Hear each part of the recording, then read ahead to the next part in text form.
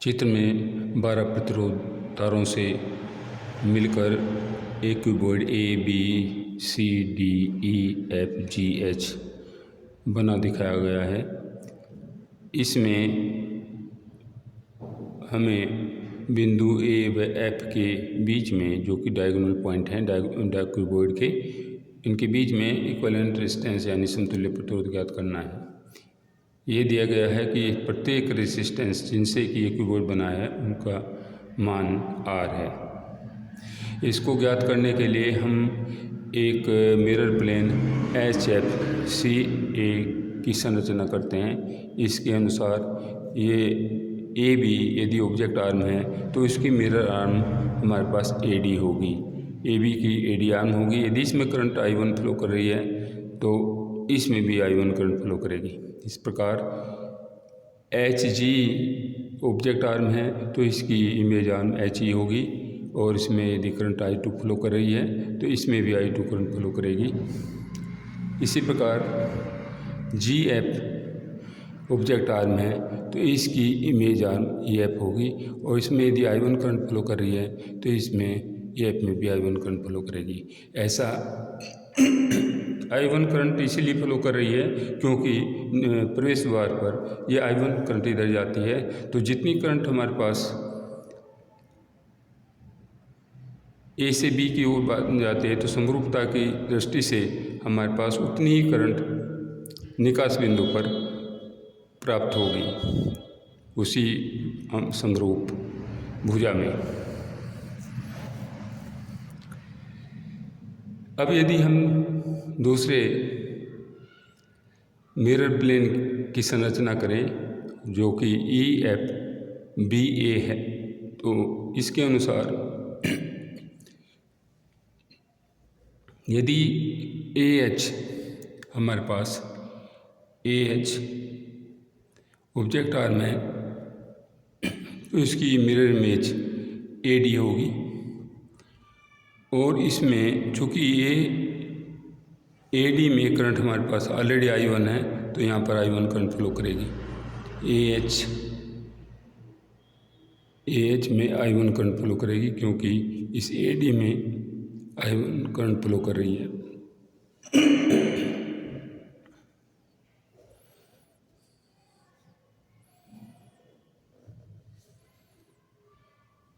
ये हमारे पास आता है मिरर प्लेन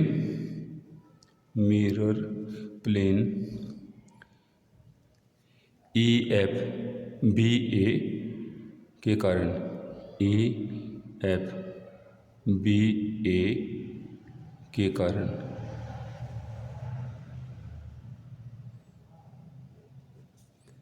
हमारे पास यहाँ से ये, तो ऑब्जेक्ट आर्म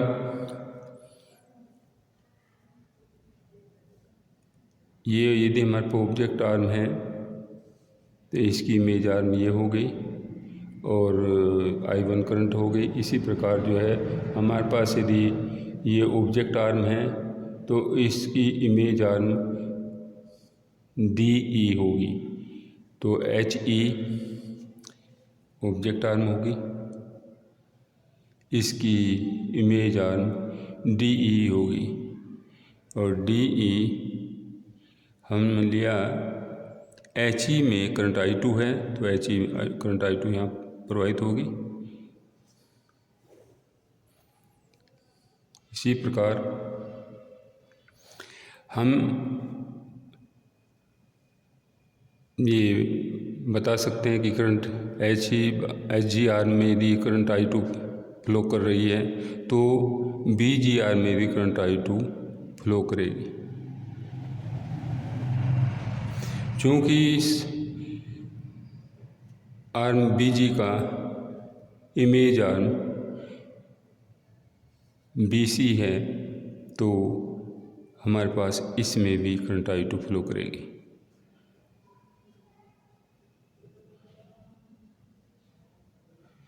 तो BG ऑब्जेक्ट आर्म होगी और उसके अनुरूप इमेज आर्म होगी BC, इसमें करंट होगी I2।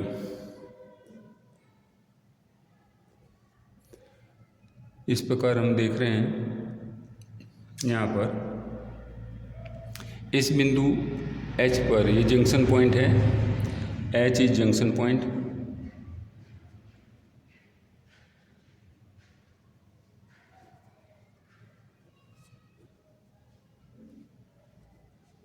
जंक्शन पॉइंट है, अतः किरचॉफ फर्स्ट लॉ से I1 इक्वल टू 2I2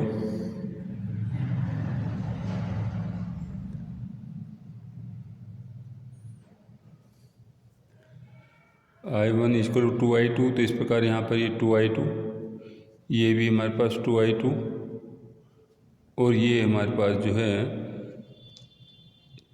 इस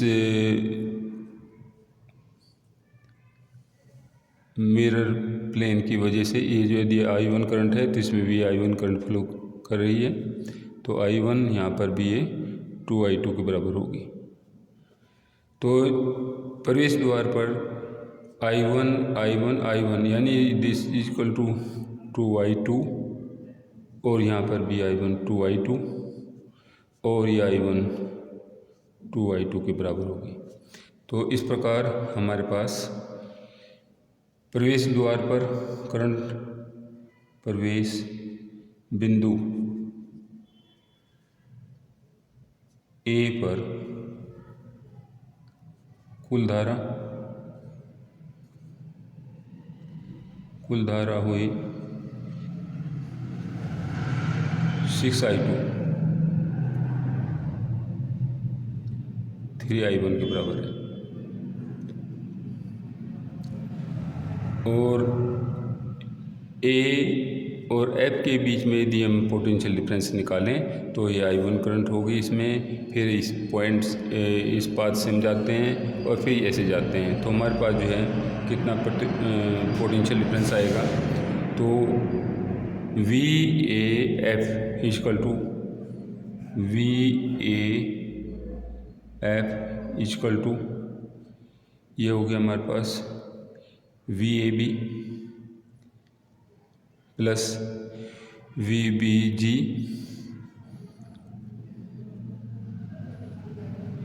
प्लस VGF।